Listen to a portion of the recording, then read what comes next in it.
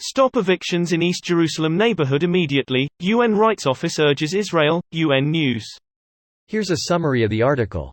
The UN's Human Rights Office, on Friday, called on Israel to immediately halt all forced evictions, including those in the Sheikh Jarrah neighborhood of East Jerusalem, as well as to exercise maximum restraint in the use of force while ensuring safety and security there.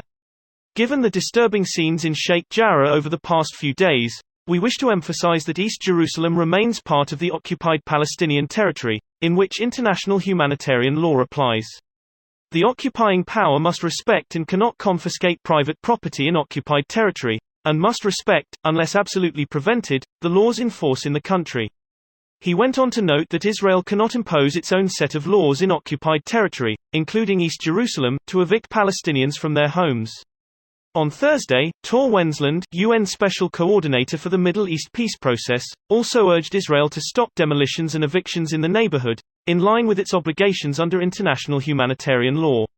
In practice, the implementation of these laws facilitates the transfer by Israel of its population into occupied East Jerusalem. The transfer of parts of an occupying power's civilian population into the territory that it occupies is prohibited under international humanitarian law and may amount to a war crime, he added. The OHCHR spokesperson also said that forced evictions could violate the rights to adequate housing and to privacy and other human rights of those who are evicted. Mr. Colville also called on Israel to respect freedom of expression and assembly, including of those who are protesting against the evictions, and to exercise maximum restraint in the use of force while ensuring safety and security in East Jerusalem. This post received a score of 11,000, with an upvote ratio of 89%. Here are the top comments in response to this article.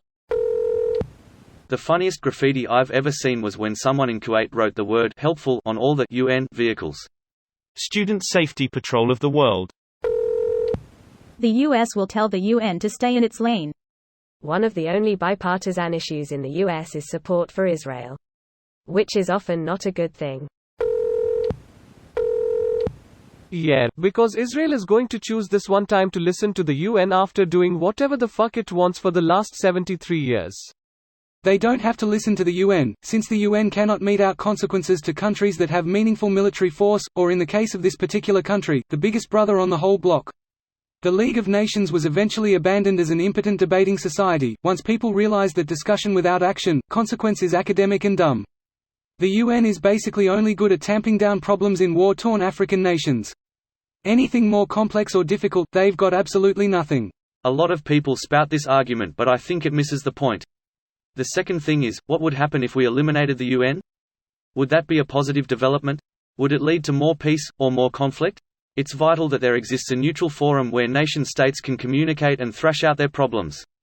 A breakdown in communication between nations could only be a negative thing. If we're gonna criticize the toothlessness of the UN, we need to at least think about whether there are any preferable alternatives. Since when has Israel listened to anybody or complied to international law?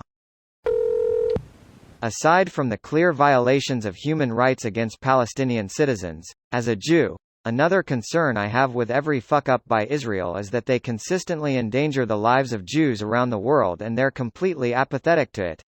They don't understand how this affects Jewish communities around the world. I have no allegiance to Israel but respect the historicity of the land and its immense importance many religions, which should be maintained, no matter who is in power.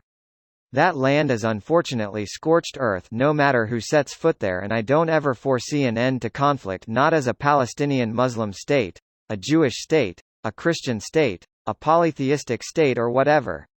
I think a part of the fault of that is that the Israeli leadership has done a great job conflating criticism of Israel to criticizing all Jews, even though that's patently false and a really dishonest and dangerous thing to do. This video was automatically created by Reddit to speech. The article and comments in this video were selected from Reddit according to their upvotes, and any paraphrasing was performed by smmry.com, without any human intervention.